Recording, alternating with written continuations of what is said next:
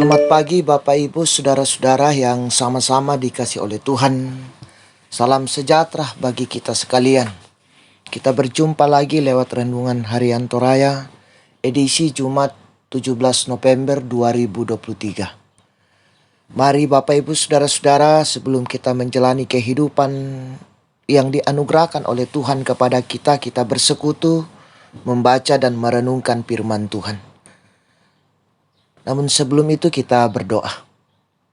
Terpujilah namamu Tuhan di sepanjang kehidupan kami. Kasih-Mu tak pernah berhenti Engkau nyatakan dalam kehidupan kami. Sebelum kami menjalani kehidupan kami hari ini Tuhan, kami bersekutu di mana kami akan membaca, merenungkan dan mendengarkan firman-Mu. Bersabdalah ya Tuhan, kami siap mendengarkan firman-Mu.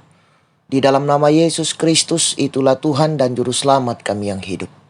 Amin. Bacaan kita pada saat ini dari Keluaran 2 ayat 1 sampai dengan 10. Ayat yang ke-10 saya akan bacakan. Firman Tuhan berbunyi, ketika anak itu telah besar, dibawanyalah kepada putri Firaun, yang mengangkatnya menjadi anaknya dan menamainya Musa, sebab katanya, karena aku telah menariknya dari air. Saudara-saudara, judul renungan kita, Tuhan bisa memakai siapa saja. Ada sebuah kalimat yang mengatakan, berkat tidak hanya berupa uang, jabatan, kesehatan, tetapi kehadiran orang lain dalam kehidupan kita adalah berkat yang luar biasa. Jika kehadiran orang lain adalah berkat, maka pernahkah kita mensyukuri kehadiran orang lain di kehidupan kita? Kelahiran Musa tidak seperti kelahiran seorang bayi pada umumnya yang berita kelahirannya tersebar kepada orang lain. Dalam bacaan kita hari ini diceritakan bagaimana Musa yang baru lahir disembunyikan oleh orang tuanya hingga berusia 3 bulan. Ibu Musa menyembunyikan bayi tersebut karena perintah Raja Firaun untuk membunuh semua bayi laki-laki yang lahir dari perempuan Ibrani. Keluarga Musa tentu tidak memiliki kekuatan apa-apa untuk melawan perintah Raja Firaun, dan sudah pasti mereka sangat tertekan pada waktu itu. Di tengah pergumulan itu, Tuhan tidak tinggal diam dan membiarkan mereka terus berada dalam keadaan yang tertekan dan ketakutan. Perjuangan ibu Musa yang berusaha agar Musa tetap hidup tidak berakhir sia-sia. Tuhan memakai putri Firaun untuk menyatakan penyertaan bagi Musa.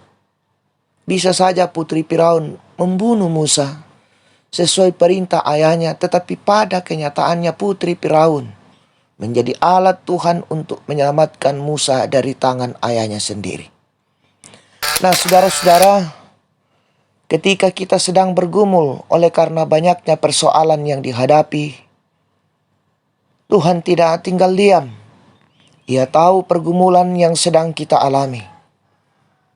Orang lain bisa dipakai Tuhan untuk menyatakan penyertaan dan pertolongannya. Bahkan kita pun juga dapat dipakai Tuhan untuk menolong orang lain yang sedang membutuhkan pertolongan. Teruslah menjadi berkat lewat kehadiran kita di tengah-tengah kehidupan ini. Terpuji nama Tuhan. Amin. Mari kita berdoa. Terima kasih Tuhan, kami telah mendengarkan firman-Mu lewat waktu yang Engkau anugerahkan kepada kami pada saat ini. Kami diajarkan untuk terus memiliki pengharapan sekalipun kami diperhadapkan dengan berbagai pergumulan-pergumulan di tengah-tengah kehidupan ini. Mengandalkan Engkau dan menyerahkan seluruh kehidupan ini hanya ke dalam tangan pengasihan Tuhan. Allah Bapa dalam surga, kami serahkan seluruh kehidupan dan tanggung jawab kami hari ini Tuhan. Engkau memberkati dan bersama-sama dengan kami, sehingga semuanya kami dapat lakukan sesuai dan seturut dengan kehendak-Mu. Ampunkan salah dan dosa kami, dengarkan doa kami, yang kami bawa di dalam anak-Mu Yesus Kristus.